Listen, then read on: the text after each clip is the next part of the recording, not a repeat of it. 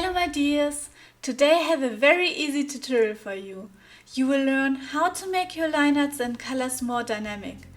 I will show you how I paint this cute manga illustration and I will prove you can do it too. So what you will learn is how to make easy sketches, dynamic lines, vivid colors and shades, and eye-catching details and finish up. So obviously you would start with a sketch. Simple shapes will help you to get a better idea of proportions. Use anything that will help you distinguish the joints and limbs.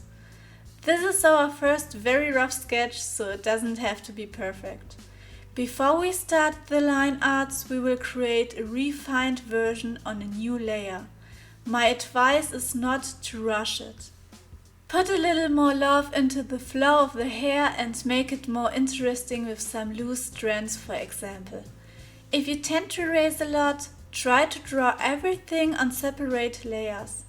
This way you won't accidentally change pixels of the clothes while changing the hair, for example. When you're happy with the result, you can merge the layers. The lines don't have to look exactly like they do in the final version.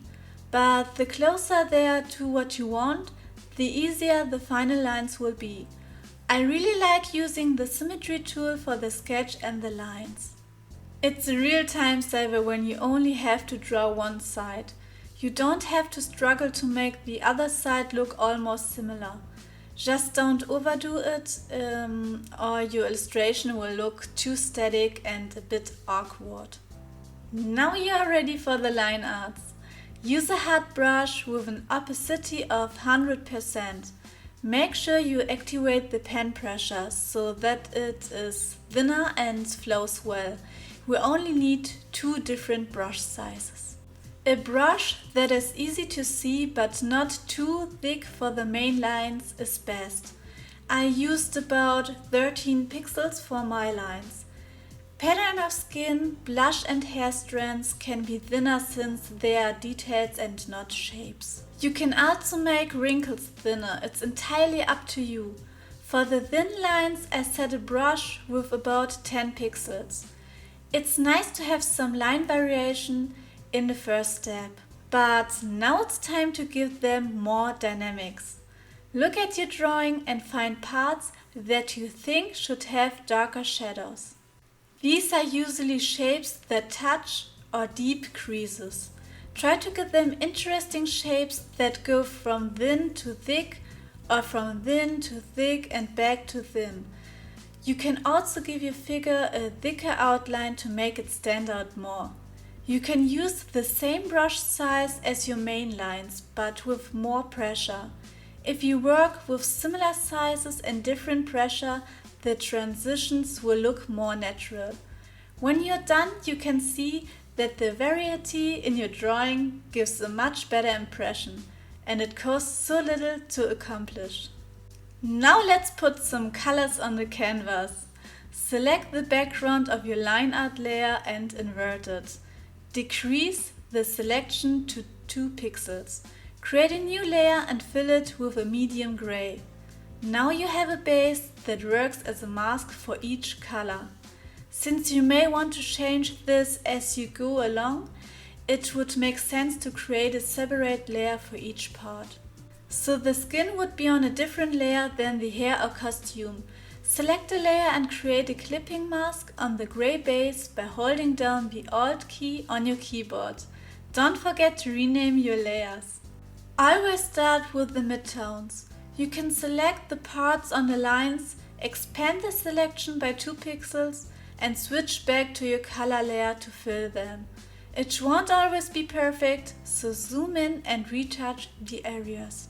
For symmetrical parts like eyes or horns, it's perfectly fine to color just one side and duplicate it.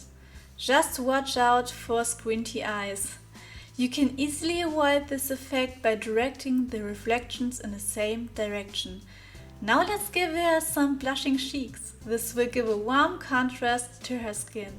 I like to choose a light color and a soft brush to paint a soft gradient in the center of the face, on the textiles and sometimes in other parts. Also, darker color on the ends of the hair makes them look more interesting. However, this is just a personal preference. When you're done with the midtones, create a new layer for the shadows. A simple trick you may already know is to set the layer mode to multiply and use a dark purple. I find that an opacity of 15% looks amazing here.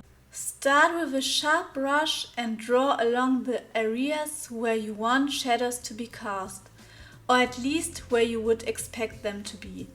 We are not trying to achieve a high realistic setting here. Here's where it gets interesting. It looks very flat here, and now we are going to change that with some depth. We are going to use a soft brush now, but don't be afraid, trust the process. Now we will paint very carefully along the shadows, and then we lightly erase some parts of the sharp shadows. What may look very arbitrary is actually a quick way to imitate reflective lights. Now we will follow similar steps with the light source. Set the new layer to overlay and draw some oval shapes on the rounded parts of the hair. Continue doing this in areas that are slightly exposed. This is where the light would touch the surface. Unlike the shadows, we will not remove any areas of the light source. As you can see, you don't have to be an expert in light theory to make your anime drawings look reasonably realistic. Okay, that looks good already, but let's give some additional highlights to make the character pop. Again, create a new layer but with a 100% white brush. Now we are going to be bold. Let's draw white lines along the outlines and some along the shadows, but not too many. Continue with thin lines along the hair, but keep the direction in mind. Just think of them as white strands. We want them to look like part of the rest, so we will erase the tip and roots of the lines to blend them. Also, some reflections on the cheeks look really cute on the blush. I think we should add some vivid colors here. Create a new layer and set the mode to overlay. Choose any color and paint along the shadows with a soft brush. I prefer the warm brown of her hair. It's not a huge difference, but you can see that it looks warmer and more inviting than before. We've already put a lot of effort into the coloring and shading, but the black lines look a bit off. Now it's time to change that with a very simple trick. We will create a new layer again and make a clipping mask with the line art layer. All we need is a soft brush and colors that match the color palette. Dark colors often fit well. If you already know the color of your background, try to include it here. You can also add more colors and details to the eyes. I'm going to give this Unico some blue and white reflections. Big reflections not only look very cool, but also break the symmetry of the eyes. But it all depends on your own taste and style. We've already come very far, and I hope you are ready to finish this illustration. So let's make a spooky background to match the costume. The layer would be underneath all the other layers, of course. We will start with a solid color and turn it into a gradient using the FX styles. A lighter color in the middle will draw attention to the character. This scene will be a forest at night, so I choose a dark and a lighter blue. Many professionals offer trees and almost all types of objects as free brushes. Usually I would draw detailed backgrounds, but I will blur this one anyway. You can create depth by reducing the opacity of some of the trees. It will look they are farther away. You can also create your own brushes or objects, and that's what we are going to do using the symmetry tool. There's no shame in making your workflow more efficient. Many professionals do this, so keep that in mind. Now we have some purple beds that all look the same. Maybe you should keep them simple. Too many detailed objects make the overall image look too choppy and distracting. An easy way to make the beds more interesting is to change their sizes, directions and colors. You can play with the layer mode and turn them into a smart object. When you apply blur filters to a smart object, you can turn them on and off at any time. We can add even more depth by painting on a mask to blend some bats with the background. Now we have a figure and a background, but it doesn't really look like they belong together. I will show you how to change that in less than 3 minutes. Put all the layers of the character into a group and create a new layer on top of it. Create a clipping mask with the group and set the layer mode to multiply. Choose colors from the background and draw on the edges of the figure with a soft brush. Go slowly towards the center, but make sure the edges are darker. It already looks a bit more uniform, but we want to go one step further. Apply a mask and erase the shadows on the face and body a bit. Now duplicate the layer but change the mode to overlay and delete the mask to create a new layer. Instead of the edges, delete the shadows on the edges.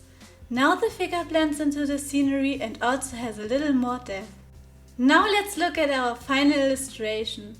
All you needed to recreate this can be summed up in these easy steps. First, sketch, including a rough and a refined sketch. Second, line arts, including baselines and thickness variation. Third, the colors, including midtones, shades and highlights.